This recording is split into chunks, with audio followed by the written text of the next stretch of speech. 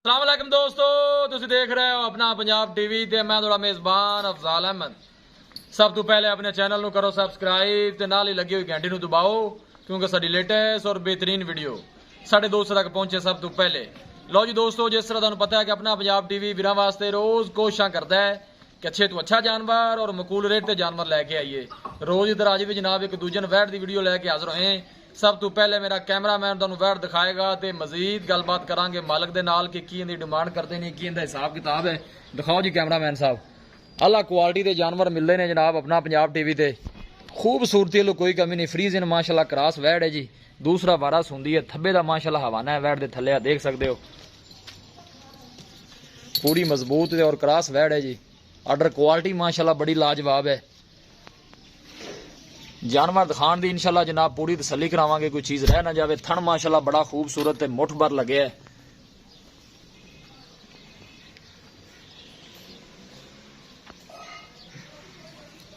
थोड़ा टोरी अगे यार। दूसरा वारा जनाब है वैडी सुंदी है। फ्रीजिन जनाब क्रॉस है और गर्मी बर्दाश्त करने वाली है। सोहनिया विरला ने माशाल्लाह हवाने निया।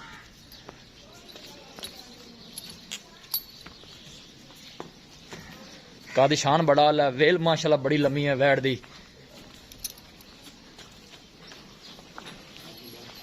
कोशिश साडी ये हुंदी कि वीरां नूं अच्छे तो अच्छा जानवर दिखाइए। बाकी लैणे देने नसीब हुंदे ने। लोकेशन वीरां नूं दसदा जावां, तहसील दीपालपुर, जिला उकाड़ा।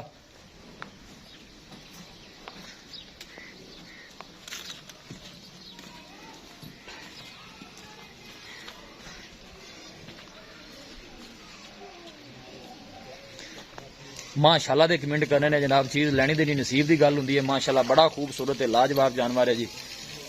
पतली बरीक बूथी है वैट दी।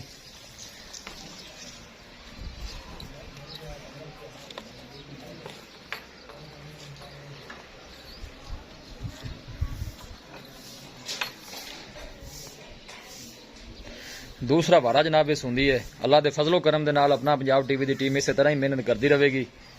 जानवर इंशाल्लाह जनाब अच्छे तो अच्छा दिखावांगे।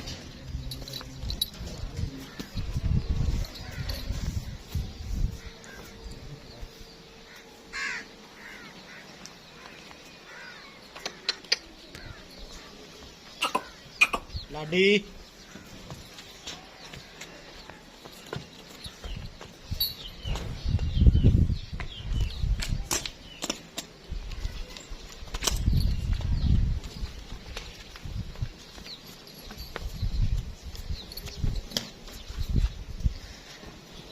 ऑर्डर क्वालिटी माशाल्लाह बड़ी ही लाजवाब है। पूरी माशाल्लाह क्रॉस वैट है और गर्मी बर्दाश्त करने वाली है।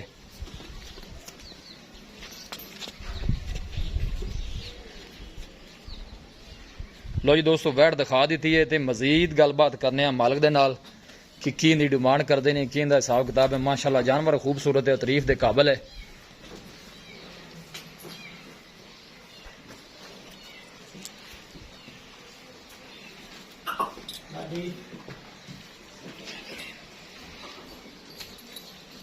आ जाओ जी मलक साहब, तुसीं मेरे कोल आ जाओ।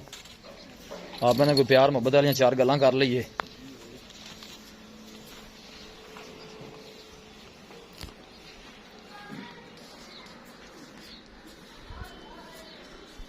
अस्सलाम वालेकुम जी। वालेकुम सलाम। मलक साहब की हाल है? अल्लाह का शुक्र है। तो भैया सेहत वल है? बिल्कुल। ये वैट जी आप दिखाई है, हाँ जी। ये जैनमेंट तो पक्का इन्हें सुआ कितना सोना है? ये जी दूसरा गारंटी का दूसरा वाला है। गारंटी का दूसरा।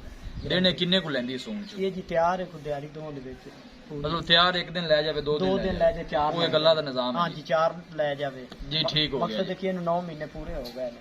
दिन मतलब इनके पूरे हो गए आज ने। 9 महीने हो गए ने। उत्ते को 5 दिन ले जांदे ने, कोई 7 ले जांदी है, कोई नहीं कोई सूई 2 जाती। दिन ले जांदियां ने। ठीक ये हो हुण गया। जी 2 दिन भी ले सकदी, दिहाड़ी भी 4 दिन भी 5 दिन। ठीक हो गया। पहले सूए ने कोई दुध का रिकॉर्ड था अपन है पता कि कितना दुध कर दी? ये जी सर्दी विच सूई सी ते पहले सूबे 28 लीटर 28 लीटर कर दी रही है। ठीक होगा। अगर खैरी सलाम की सूंदी है तो 30 तो प्लस करेगी जी करे। 3 टाइम 28 थी भी मैंने कर दी तो बड़ा दूध जी, है। बड़ा दूध दे 3 टाइम चुवाई। ये नस्ल केड़ी है जी? ये जी फ्रीजन क्रॉस है। गर्मी शर्मी तो नहीं कर दी? जी बर्दाश्त करती। थना छना की थोड़ी गारंटी होगी? बिल्कुल, मसला मसला बिल्कुल। प्यार मोहब्बत वाली की डिमांड करते जी? वैट किन्ने दी देनी?